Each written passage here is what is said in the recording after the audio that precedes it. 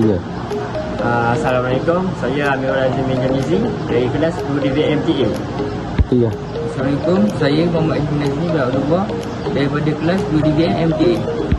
Assalamualaikum dan salam sejahtera. Saya Tuan Muhammad Aslam bin Tuan Ismail sebagai penyedia satu kumpulan Widolika. Assalamualaikum, saya Wan Hafizul bin Rashid selaku penyedia dua kepada kumpulan Widolika. Okey, pengenalan. Projek inovasi Widolika ini dapat membukukan daripada sebahagian pembelajaran berasaskan di kolej profesional.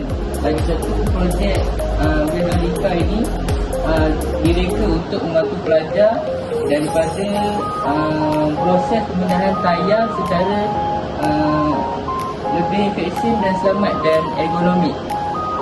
Okay. Penyataan masalah.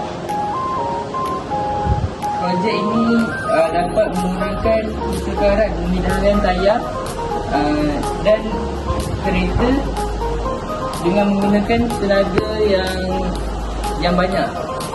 Kedua, kaedah menu meningkatkan risiko kecederaan daripada sakit batang, tersedia dan keletihan otot. Dan ketiga, projek ini dapat mengurangkan peralatan khas di bengkel dan menyebabkan produktiviti kerja pelajar, mendorong proses pembelajaran kurang absen.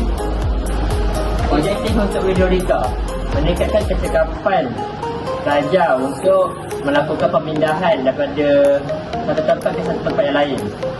Selain itu juga membantu mengurangkan tenaga kerja semasa memindahkan kereta tersebut. Selain itu juga dapat mengurangkan risiko semasa melakukan amali, sepertinya macam isu kereta terjatuh kan, betul peralatan-peralatan yang lain. Okey, kesimpulannya projek ini secara keseluruhannya sangat-sangatlah praktikal dan berkesan bagi penggunaan semasa berada di bengkel. Projek ini telah pun dilakukan di Kolej Profesional Seribu dan juga telah pun disoal selidik oleh pelajar dan pusara-pusara untuk keberkesanan projek ini.